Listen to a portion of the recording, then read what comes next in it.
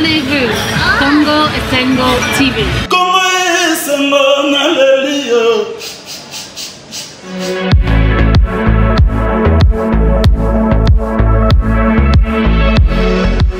Bonjour Mbote Bisika Nyoso Bozwami Bokolanda Congo Esengo Télévision. Merci beaucoup Matondi pe na confiance yo Bozoti Kate Kotombe la Congo Esengo Télévision. C'est un grand plaisir vous retrouver chez vous selon votre plateforme que vous êtes en train de suivre ce matin, ce soir, ça dépend de l'heure à laquelle vous êtes connecté. N'oubliez surtout pas la cloche d'abonnement et juste au bas de votre téléphone, votre ordinateur. Faites-nous ce plaisir de vous abonner beaucoup et en grande quantité. On va se faire ce bonheur de faire grandir les Boto ya Congo Esengo. Je reçois pour vous en ce jour spécial, comme de coutume, on reçoit des invités pour vous pour nous commenter actualité. Actualité, oh yo, c'est vrai. Bon, merci, bonjour. Bonjour, maman. Merci d'avoir répondu à notre invitation. Atondi Mingezala et Sengoro Yambayo. Mingi pour nous commenter l'actualité de Kobil Masolo et Zandini. Masolo et Zandini. Masolo et Zandini Kitoko, Masolo et Kitoko. Zokende bien. Nakanisi Mbulo yo Tobandi avant 2022, mais est-ce que beaucoup préparé, parce qu'il faut le dire à vous voir, il faut déjà comprendre que c'est la représentation de l'UDP, à moins qu'il n'a massacré, en tout cas présentation d'Ayopé, parlementaire de Bougno surtout, sûrement en République démocratique du Congo, et les bandes Yamboka, Bazol, Andabiso, en Sénat, Momo, mais est-ce que ma solution sur la gestion Yamboka n'a pas besoin de pouvoir les autres tambola bien? Masolo ezaki na mikakatano sikoyo après koboma FCC nakanisi masolo kotambola kitoko mingi puisque tokomi na motuka moko na chauffeur moko motuka moko ngonde nini union sacrée motuka c'est Fachi Béton. Le bon chauffeur ndene de chauffeur motuka eza union sacrée chauffeur eza Fachi Béton. Que non, avant tambusa, il faut que chauffeur à pembeni, il faut que tout n'aille, tout ça l'ending ainsi de suite. Mais c'est quoi bâton de commandement est quand même moko et yende et ça n'a pas beaucoup. Donc apparemment au bano c'est la eloko wana depuis kala bosi. Non, aux Hollande ba ndenge to banda kwa range, banto bazala ki contre eloko wana ezaki biso. Mais nazaka pe monto ya yambo na campagne électorale, na banda ko yesa ba combattre qu'il faut voter utile, sinon nous irons à une coalition contre nature. Mais après, tu as une coalition contre la nature, non, ça ne va pas du tout marcher. Parce que tu as la volonté que Makamboy Bonga. C'est pour cela que besoin d'une méthode de combattre la gratuité de l'enseignement. En parlant de l'enseignement, gratuité de l'enseignement, bien sûr, c'est vrai, suite à la pandémie, Mokili Mobimbe qui traversé Covid-19, la classe, la Kataki, et maintenant, classe Ezongi, la classe, yo en tant que parent combattant, il y a eu des pestes parlementaires de réaction, et Sengoto et Sengoto. Non, et Sengoza, ma casse, et puis c'est un gars qui est d'accord, va tenir ce que l'on a été. Parce que aux hommes, les Congolais tellement que moi ils ont cassé, tu me sens un peu qu'on vivre dans la foule, il va qui me donne ça là qui biso. Tout ça on a déjà vacciné, na bilo konyo sowana. Amoni biso déjà bangungi tout ça na bangungi kolonyo so soit comme malaria, nous sommes habitués. Na bilo comme sowana, c'est-à-dire Covid des aka lokala la rime. Ce que yenango, ezo le kanango pepele. To meli ba bulu kuto, eleki nango pepele. Kama répondre nini ba interdisa ki ba na biso ba kende kotanga.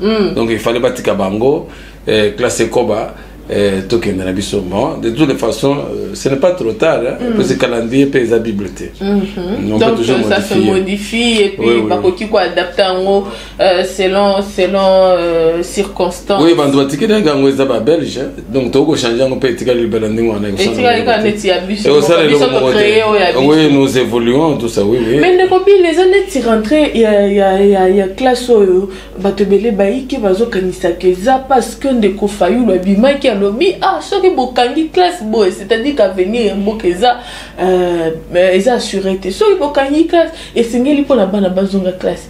Ils étaient pour ndeko fayu la lobaki gouvernement et yoki non de toutes les façons bisto za démocrate c'est pour cela au monaka partout ici que tous allez moi opposition il faut ezala opposition peut ça la kakeba ou bazana pouvoir batambusa malamu. Monsieur, on commente aussi l'actualité en même temps entre points de mire qui domine la toile en ce net moment en République démocratique du Congo et Zali Bongo formation et à gouvernement.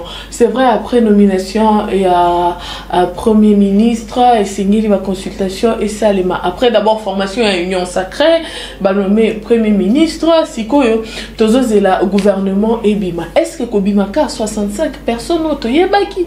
Est-ce que effectif est diminué ndekobi le comme ministre té na tunana motuna avant? Oui, na répondre yo. Donc pour aider, donc servir la République démocratique du Congo, il ne faut pas seulement être ministre. Donc à servir la République démocratique du Congo autrement. C'est qu'on a continué. Puisque le plus grand problème que nous avons ici, c'est l'homme congolais. Le plus grand devoir que nous devons changer, donc c'est changer d'abord l'homme congolais. Au moins il y a des bazoé là. Bazoé là, t'es que bas qui ne accompagner chef de l'État. Bazoé là que bébé se toque de quoi. De quelle manière? Donc qu'on ne coyiba.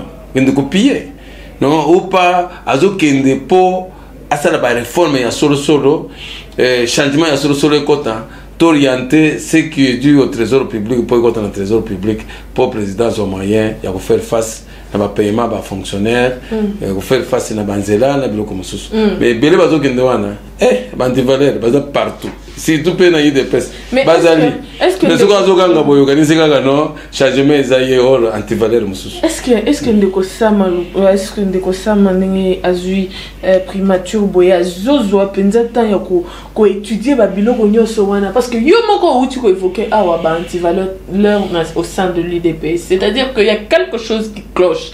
Donc s'il y a quelque chose qui cloche, est-ce selon your lecture de Fénazanine, bah gouvernement ils en a qu'à battre belé, oh bah regarde ko iba to ba diminuer effectif ya ba ministère. Oh battre belé bazo kan saka que non vie ezaka na ki ministère.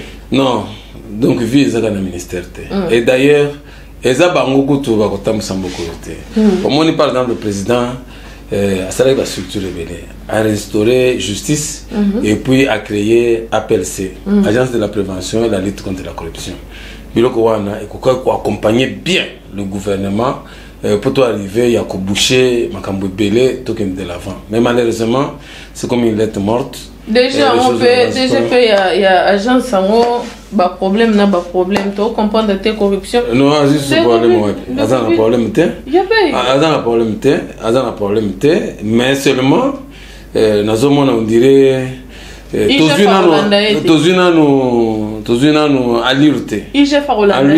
donc c'est comme si on est en train d'abord de tâtonner. Je pense que là les jours il fait ce qu'on a dit. Donc est-ce qu'après ça qui est bon il y a l'état où il y a que Holanda qui est là il fait Holanda que il va financer et qui va gérer ma baie déjà fait Holanda est-ce que va financer parce qu'il y a yoki en noté na monnaie open noté de toutes les façons nakosenga ye azala l'écoute puisque ata moto ya otaki na mikili ya poto ayokela biso baike bazali na kati ya République démocratique du Congo toyibisa méthode nini ba piero yo bazo pier Congo na ndenge nini ya ko contrecarrer yango.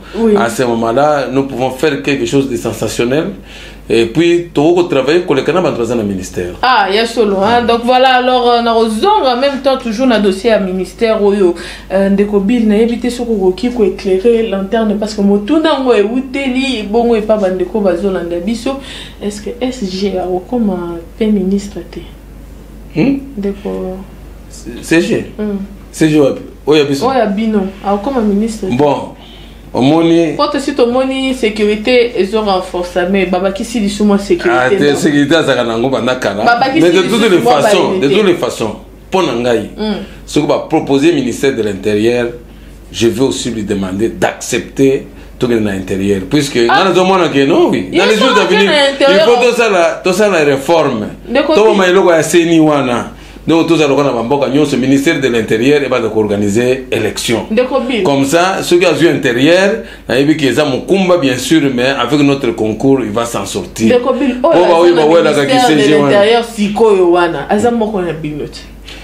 Maman, Azamoko na pilote. Oui, ngana wangani. Pona ni na wangani.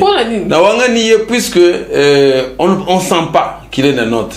Ah bon? Todo sentir ya tamukete. Omoni muntu moko ayeka ka monika ka keno ezali méritocratie ne sali ke azala wana. Puisque pour être ministre, il y a des critères de compétence. Il faut aussi la loyauté. Il faut payer aux en confiance na parti au lingaï de pes. Oyo yebike mutu nyonso ba nommé na Félix Tshisekedi. Oyo azalina ata ozalaki na parti politique te. Soki kaka Félix a nommé yo yebake Félix a outi na IDPS. Il faut quand même la loyauté vers l'UDPS. Donc lingaï de pes ezali pour moi c'est une des conditions sine qua non pour un bon dirigeant pour tout soutenir yo. Mon truc là est na ko soutenir ata mukolo moko te. Donc CGA remplacer nango yé. Pour nangai soki ba remplacer na mutuko la mwana bute Augustin Kabuya Chilumba. Je pense que les choses vont marcher très bien. À ce moment nous allons commencer à préparer les élections de sa nomination. Puisque biso a parlementaire de Butoko appuyé à 100%. D'abord c'est notre haut gradé des parlementaires debout. Kabouya, c'est un parlementaire debout. Mais est-ce qu'il a la capacité, l'habilité de gérer l'intérieur?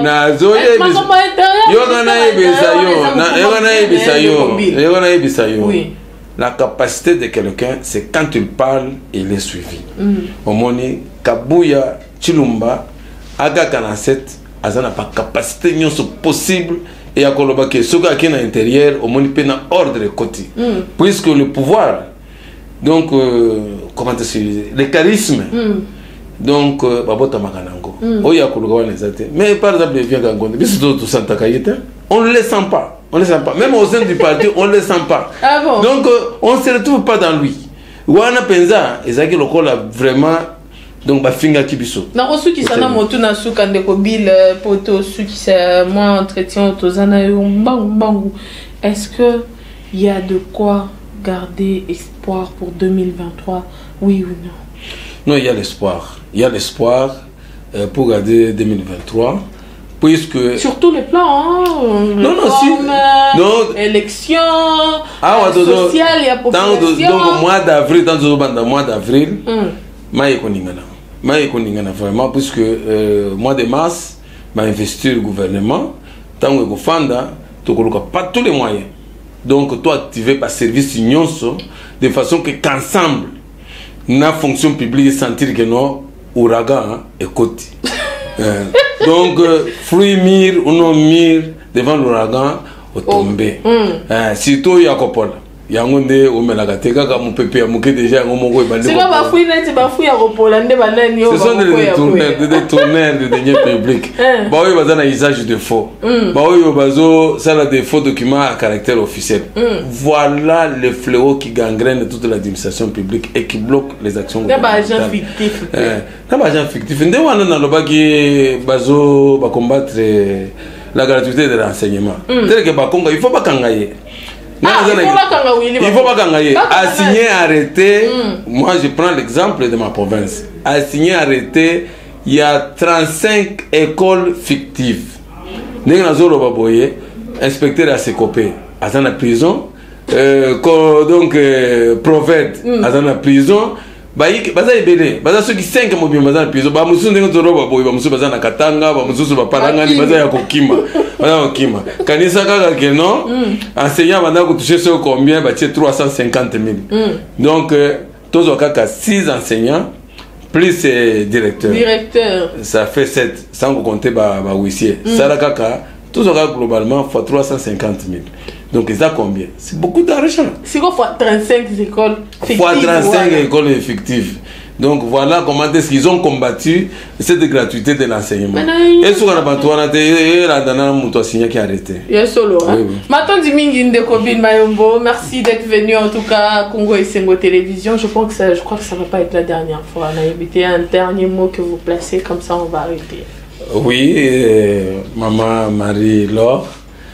Na sepeli mingi na kobenga ngayawa nazo senga kaka ba combattant oyo bazana adene ya IDPS ba yebake place nyonso bakocha yo défendre les valeurs contre les antivaleurs. C'est ça notre champ de bataille. Mais malheureusement, batoyo bawelaki esika bakendaki bayokisi biso soni.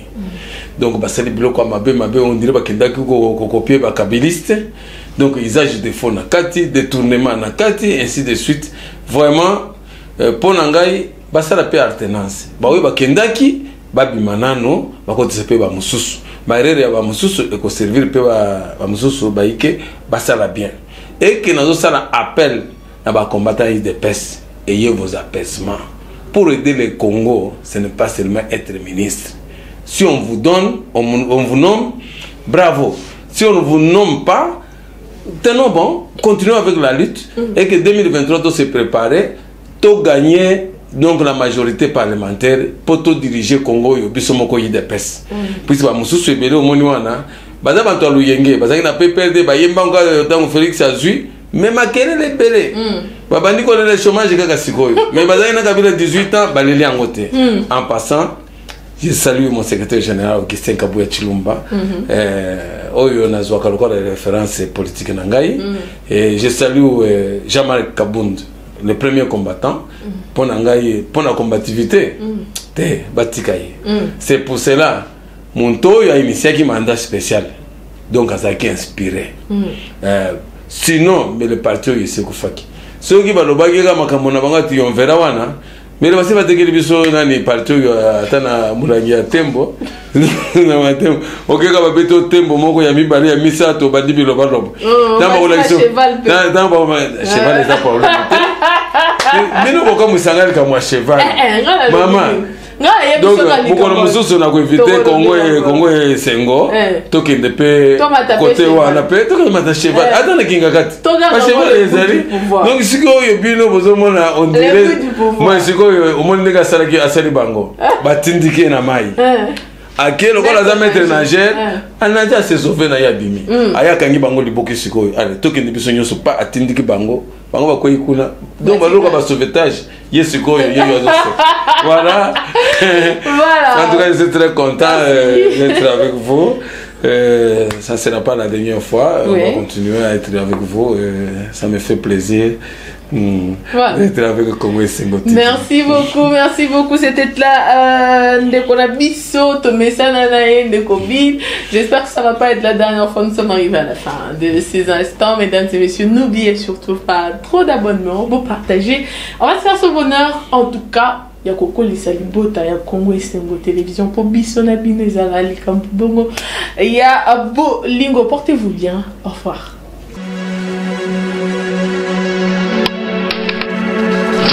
Abonnez-vous. Congo et Sengo TV.